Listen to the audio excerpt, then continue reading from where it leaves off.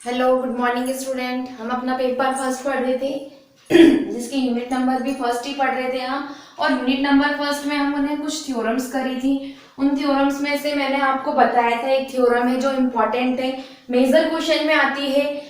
मैंने आपको बोला भी था इससे पहले वाली क्लास में कि परिमेय संख्याओं का समुच्चय क्यों पूर्ण क्रमिक क्षेत्र नहीं है, ये हमें प्रूव करना है। ठीक है, तो आपको मैंने पढ़ा रखा है क्रमिक क्षेत्र, और क्रमिक क्षेत्र में ये भी पढ़ा रखा है कि क्यू क्या होता है, एक क्रमिक क्षेत्र होता है। ठीक है, अगर क्यू क्रमिक क्षेत्र होता है तो यहाँ पर आपको प्रूव करना है कि ये पूर्ण क्रमिक क्षेत्र नहीं है। तो आपको दो डेफिनेशन बताई थी मैंने, एक तो उच्चक अभिग्रहित की, एक निम्नक अभिग्रहित की।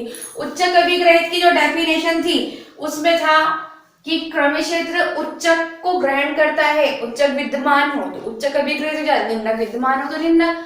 और वहां पूर्ण क्रमिक क्षेत्र में दोनों ही विद्यमान होते हैं, उच्चक और निम्नक, तो वो क्या बन जाता है, पूर्ण क्रमिक क्षेत्र। ठीक है, चलो आगे हम इसमें देखते हैं। यहां लिखा है, हम जानते हैं कि Q एक क्रमिक क्षेत्र है। ठीक है, we know that Q is an ordered field. We know that Q is an ordered field. ठीक है, हमें सिद्ध करना है कि यह पूर्ण नहीं है। ठीक है, we have to prove that it is not complete. It is not complete. ठीक है, हम लिख देंगे we have to prove that it is not complete. हमें सिद्ध करना है कि ये पूर्ण क्रमिक क्षेत्र नहीं है। ठीक है, अब पूर्ण क्रमिक क्षेत्र नहीं है तो यहां पर देखो हमने माना S equal to set of all rational numbers whose square is less than 2। जो S है, माना S लिखा है परिमेय संख्या, सभी परिमेय संख्याओं का समुच्चय जिसका वर्ग 2 से कम है। ठीक है, क्या है, सभी परिमेय संख्याओं का समुच्चय है जिसका वर्ग 2 से कम है।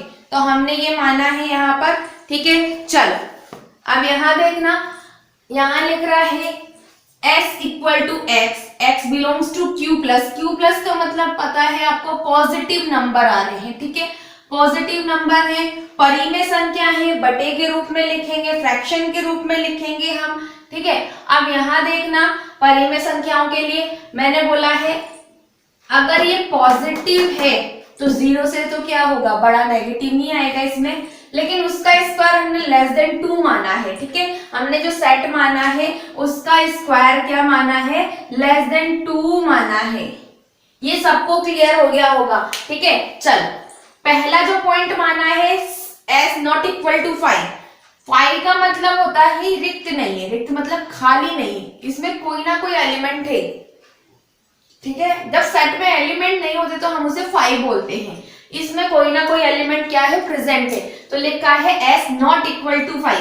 S सबसेट है Q का। ठीक है, S is a subset of Q, परिमेय संख्याओं का सबसेट है। यहां पर हमने सिर्फ Q प्लस ही लिया है। ठीक है, S परिबद्ध है, S बाउंडेड है। बाउंडेड है का मतलब इसमें उच्चक भी होगा और निम्नक भी होगा। ठीक है, अब वहां पर आपने बोला है पॉजिटिव, 0 से बड़ा 2 से छोटा इसका स्क्वायर, तो इसका मतलब क्या हुआ, इसमें उच्चक भी होगा और निम्नक भी होगा। ठीक है, अब माना S का उच्चक K है ना। पूर्ण क्रमित होने के लिए उच्चक और निम्नक दोनों विद्यमान हो तो पूर्ण क्रमित क्षेत्र हो जाता है। ठीक है, अब मेरी बात सुनो, अगर इसका उच्चक आपने K माना है तो यहाँ पर देखो यदि K not belongs to Q, अगर K Q में बिलोंग नहीं करता है तो प्रमेय क्या हो जाएगी, स्वयं सिद्ध हो जाएगी। स्वयं सिद्ध का मतलब जब उच्चक है ही नहीं, उच्चक निम्नक दोनों होने चाहिए, उच्चक प्रेजेंट है ही नहीं तो क्या हो जाएगा, पूर्ण क्रमिक क्षेत्र नहीं होगा। ठीक है, तो यहां से प्रमेय स्वयं सिद्ध हो जाएगी। यदि K बिलोंग्स टू Q हो तो क्या कंडीशन बनती है, देखो K बिलोंग्स टू Q तो K का स्क्वायर भी Q में बिलोंग करेगा। ठीक है, एंड 2 बिलोंग्स टू Q, 2 भी किस में बिलोंग कर रहा है, Q में बिलोंग कर रहा है। अब यहां देखो Q क्रमिक क्षेत्र है, अतः त्रिविभागी नियम से जो क्रमिक क्षेत्र होता है वो क्या करता है, चारों कंडीशन फॉलो करता है, monotone law of addition, monotone law of multiplication और ट्रांजिटिव लॉ, और एक था त्रिविभागी नियम के लिए trichotomy law.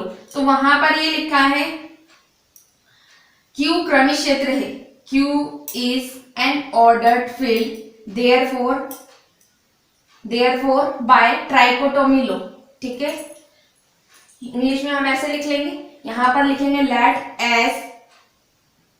let K is a supremum of S, let K is a supremum of S if K belongs to or not belongs to Q, then theorem is true itself। तो theorem क्या हो जाएगी, theorem is prove itself, theorem स्वयं सिद्ध हो जाएगी, ठीक है। इफ, इसे इफ बोलेंगे। अब यहां पर देखो Q क्रमिक क्षेत्र है, Q is an ordered field, therefore by trichotomy law, त्रिविभागी नियम का मतलब होता है k स्क्वायर छोटा है 2 से, बराबर है और बड़ा है। चारों में से और तीनों में से केवल और केवल एक सत्य होता है, ठीक है।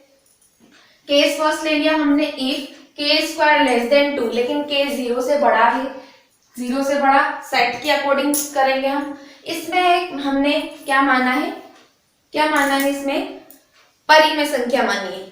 परिमेय संख्या मतलब रेशनल नंबर, जो बटे के रूप में लिखते हैं हम, y equal to 4 plus 3k, 3 plus 2k। Book में भी यही ले रखा है, इसीलिए हमने भी यही ले लिया, ठीक है ना। अब यहाँ देखो k belongs to q plus, अगर k q प्लस में बिलोंग कर रहा है तो ये भी किस में बिलोंग करेगा, q प्लस में। यहाँ पर k स्क्वायर 2 से छोटा है, 2 से छोटा कोई भी नंबर यहाँ 1 भी रखोगे आप, 4 और 3 7 और 5 डिवाइड करने पर 1 पॉइंट समथिंग कुछ आएगा जो q में बिलोंग करेगा, ठीक है। तो ये q प्लस में बिलोंग कर रहा है। अब y का स्क्वायर करेंगे और उसमें से 2 माइनस कर देंगे। y का स्क्वायर कर रहा है, देखो इसका स्क्वायर -2, इसका स्क्वायर -2, आप इसका होल स्क्वायर करेंगे, होल स्क्वायर करने के बाद इसको मल्टीप्लाई इधर करेंगे, सॉल्व करेंगे तो टोटल यही बनेगा, ठीक है। कैलकुलेशन में थोड़ा टाइम बचाना, आप करके देख लो, करके देखोगे तो यही आएगा इसमें। अब मेरी बात ध्यान से सुनना, यहाँ लिखा है k स्क्वायर 2 से छोटा है, अगर k स्क्वायर 2 से छोटा है और 2 से छोटा एलिमेंट यहाँ रखोगे तो ये नेगेटिव आएगा, ध्यान देना, ये नेगेटिव आएगा। और नेगेटिव नीचे तो क्या है, स्क्वायर, स्क्वायर तो ऑलवेज क्या होता है पॉजिटिव, कोई भी वैल्यू रखो स्क्वायर ऑलवेज क्या हो जाएगा, पॉजिटिव हो जाएगा। लेकिन यहाँ पर 2 से छोटी कोई भी वैल्यू रखोगे तो ये नेगेटिव हो जाएगा, और नेगेटिव होने का मतलब ये 0 से क्या हो जाएगा, छोटा हो जाएगा। जब ये 0 से छोटा है तो y स्क्वायर -2 भी किससे छोटा है, 0 से, तो y स्क्वायर लेस देन 2 हो गया है, ठीक है। अब y स्क्वायर लेस देन 2 हो गया है तो इसका मतलब y किस में बिलोंग कर रहा है, सेट S में। जैसे x belongs to q plus है तो ये हो रही है, यहाँ पर y आ रहा है, y स्क्वायर लेस देन 2 बन रहा है, यहाँ देखो y स्क्वायर लेस देन 2, तो y किस सेट में चला गया, S में चला गया, ठीक है।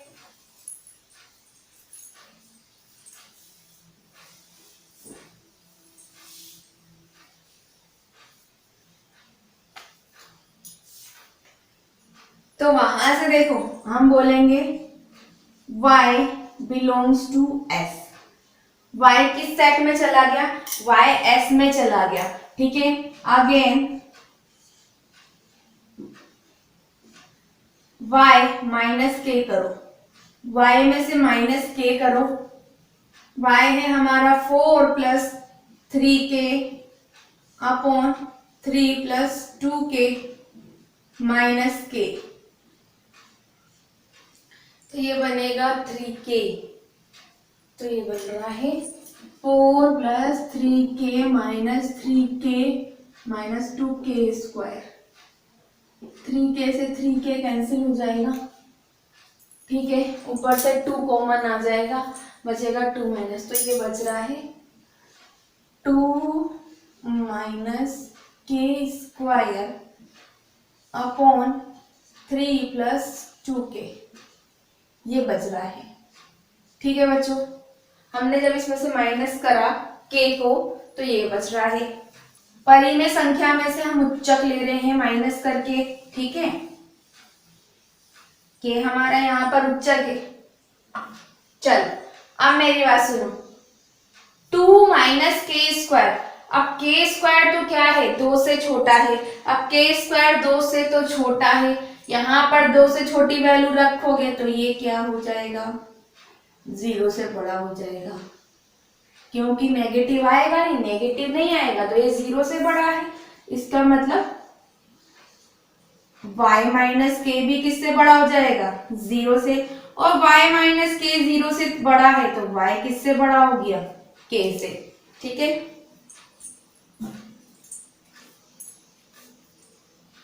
चलो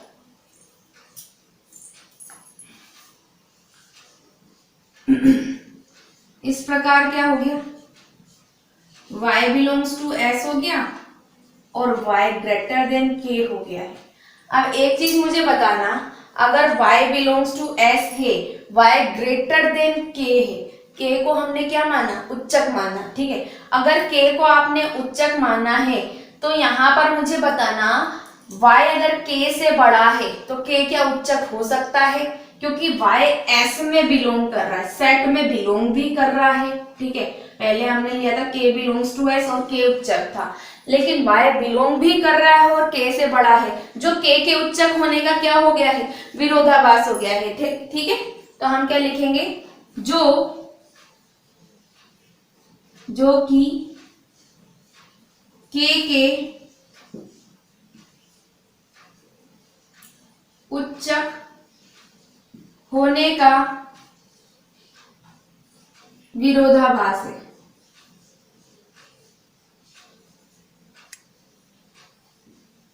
ठीक है,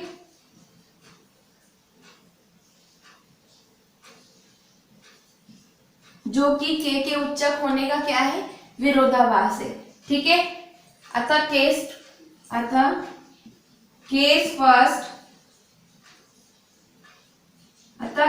फर्स्ट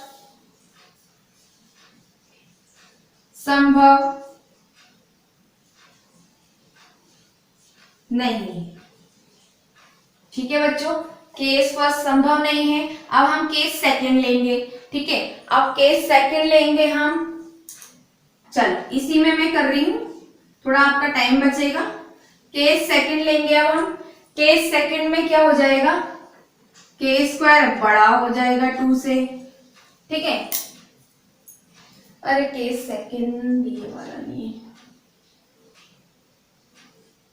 केस थर्ड बनाएंगे इसको, केस सेकंड लेंगे बाद में। अब मेरी बात सुनो, जो आपका केस सेकंड आएगा, केस सेकंड है हमारा इफ के स्क्वायर इक्वल टू 2, जब क्या हो, के स्क्वायर बराबर किसके हो, 2 के। ठीक है, अब मेरी बात सुनो, इफ के स्क्वायर बराबर 2, के स्क्वायर इक्वल टू 2 होगा तो मुझे बताओ, यहां पर के स्क्वायर इक्वल टू 2 होगा तो यहां से के इक्वल टू क्या आ जाएगा, √2, और √2 नॉट बिलोंग्स टू क्यूब। ठीक है, √2 नॉट बिलोंग्स टू क्यूब, ये तो अपरिमेय संख्या आ गई, क्यू क्या है, परिमेय संख्याओं का सेट है, तो केस सेकंड भी क्या है, संभव नहीं है। तो हम यहां लिख देंगे, अतः केस सेकंड भी संभव नहीं है। ठीक है, क्यों, क्योंकि यहां पर √2 आ गया, √2 नॉट बिलोंग्स टू क्यूब होता है, ये सबको पता है। ठीक है, अब मेरी बात सुनो, यहां पर देखो लिख देना, which is contradiction of supremum of k, which is contradiction of supremum of k, therefore case first is not possible. ठीक है, ऐसे यहां पर लिखोगे, therefore case second is also not possible. ठीक, अब हम केस थर्ड ले रहे हैं। केस थर्ड में है के स्क्वायर ग्रेटर देन 2, अगर के स्क्वायर क्या हो, बड़ा हो किससे, 2 से। अब देखते जाना ध्यान से, के स्क्वायर 2 से बड़ा है लेकिन 0 से क्या होगा, बड़ा ही रहेगा, सेम कंडीशन है ना। अब यहां पर कंडीशन चेंज होगी, कैसे होगी, 2 से बड़ा एलिमेंट कोई सा भी यहां रखो तो ये पॉजिटिव आएगा, पॉजिटिव आएगा तो क्या हो जाएगा, 0 से बड़ा। वही है जो केस फर्स्ट है, बस कंडीशन चेंज हुई है। कंडीशन चेंज हुई है तो आप यहाँ पर के स्क्वायर की जगह पर 2 से बड़ा कोई भी एलिमेंट रखो, ठीक है। आप यहाँ पर के स्क्वायर की जगह 2 से बड़ा कोई भी एलिमेंट रखोगे तो मेरी बात ध्यान से सुनना, यहाँ पर पॉजिटिव आएगा बड़ा। अब मान लो 3 ले लिया तो 3 - 2 क्या होगा, पॉजिटिव ही रहेगा। तो ये 0 से क्या हो जाएगा, बड़ा हो जाएगा। ये 0 से बड़ा है तो ये भी क्या हो जाएगा, 0 से बड़ा। तो ये भी क्या हो जाएगा, 0 से बड़ा। अगर ये 0 से बड़ा है तो मेरी बात सुनना, क्या y s में बिलोंग करेगा, y s में बिलोंग करेगा, नहीं करेगा। क्यों, y सेट में ही नहीं आएगा। सेट में आएगा क्या, क्योंकि जो हमारा सेट है वहां पर उसका स्क्वायर लेस देन 2 है, तो हम यहाँ बोलेंगे y not belongs to s। ठीक है, समझ में आ गया, क्योंकि y स्क्वायर 2 से क्या आ रहा है, बड़ा आ रहा है, बड़ा आ रहा है तो y not belongs to s हो गया है। ठीक है, अब वैसे ही हम y - k करेंगे। चलो, अब यहां पर भी कंडीशन चेंज होगी, वो ऐसे हो जाएगा, फिर ये ऐसे हो जाएगा, फिर ये ऐसे हो जाएगा। चलो,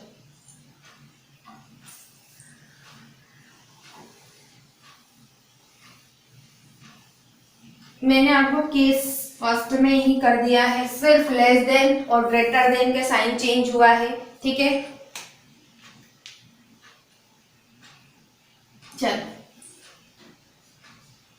y स्क्वायर करेंगे, है ना। तो ये कंडीशन बन रही है, यहां देखना है, इसे इक्वेशन नंबर 1 दे देना। कैसे, वहां y स्क्वायर तो 2 से क्या है, बड़ा है, लेकिन k स्क्वायर क्या है, y स्क्वायर से बड़ा है। ठीक है, तथा x स्क्वायर लेस देन 2। ठीक है,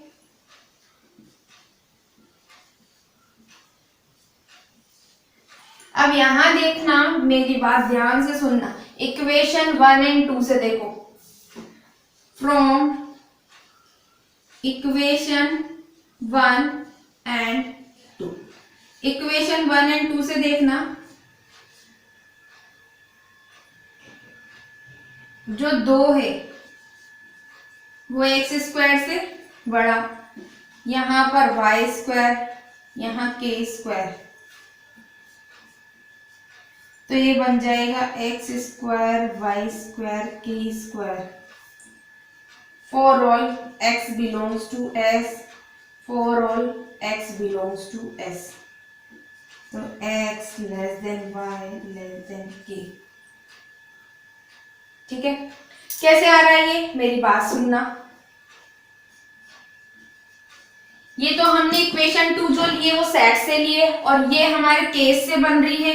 केस की कंडीशन दोनों एक साथ लिख ली हमने, y स्क्वायर 2 से क्या है, बड़ा है, लेकिन y स्क्वायर k स्क्वायर से क्या है, छोटा है। तो 2 कंडीशन बन रही है। अब यहाँ देखना, इन दोनों इक्वेशन से x स्क्वायर 2 से तो क्या है, छोटा है, लेकिन 2 से y स्क्वायर बड़ा है। ठीक है, और k स्क्वायर, तो x स्क्वायर जब 2 से छोटा है तो y स्क्वायर से भी क्या होगा, छोटा होगा। तो हमने बीच में से 2 हटा दिया है और सारे स्क्वायर क्या हो गए, कैंसिल हो गए। तो यहाँ कंडीशन बन गई x less than y less than k, for all x belongs to s। तो हम लिखेंगे जो कि k के उच्चक होने का विरोधाभास है।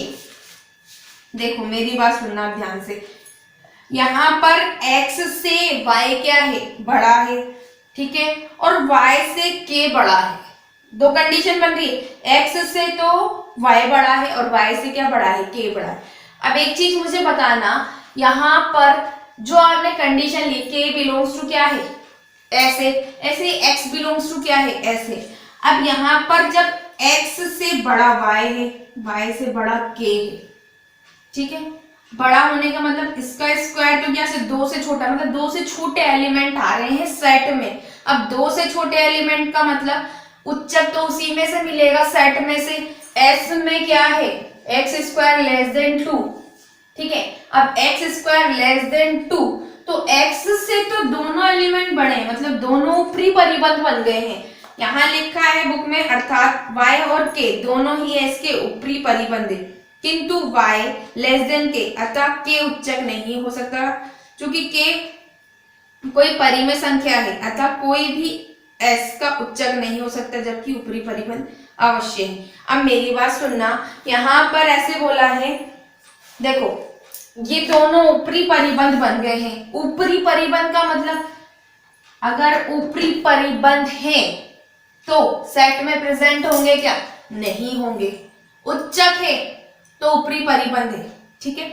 लेकिन यहाँ पर एक को अगर आप उच्चक बोलते हो तो ये तो इससे बड़ा हो रहा है, तो ये ऊपरी परिबंध हो गया, ठीक। अब यहाँ पर दोनों ही क्या बन गए? x से बड़े हैं, x से बड़े हैं तो दोनों ऊपरी परिबंध हो गए, और दोनों ऊपरी परिबंध हो गए तो यहाँ पर भी आप यही लिखोगे कि जो कि k के उच्चक होने का क्या हो जाएगा? विरोधाभास।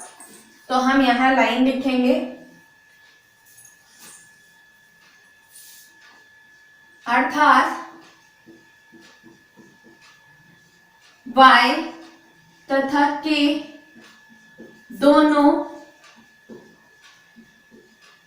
ही s के ऊपरी परिबंध है।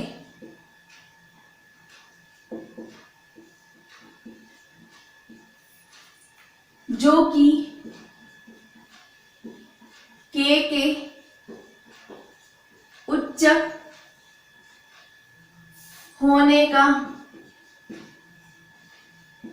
विरोधाभास है।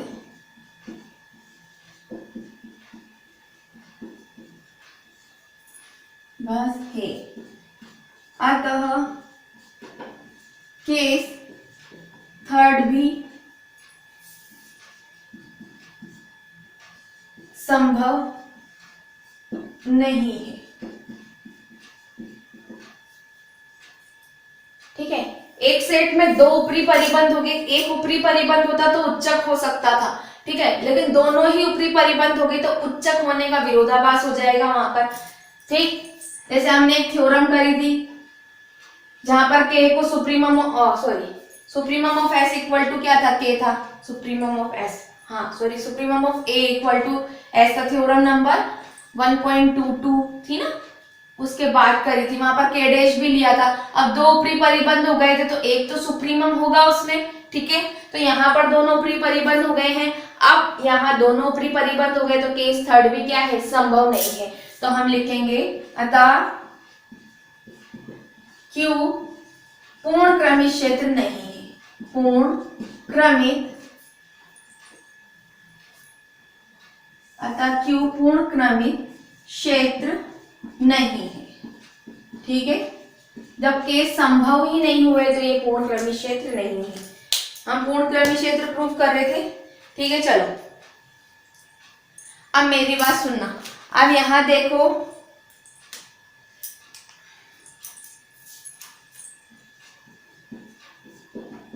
K belongs to Q,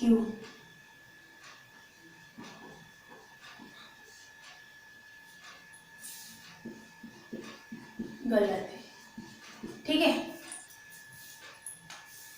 हमने मान लिया K belongs to Q, K present नहीं है अब Q में, क्योंकि दोनों टाइम पे केस, तीनों टाइम पे केस पॉसिबल नहीं हुए। इंग्लिश में लिखोगे that is y and k both are upper bound of s, both are upper bound of s, which is contradiction of k is supremum of s, therefore case third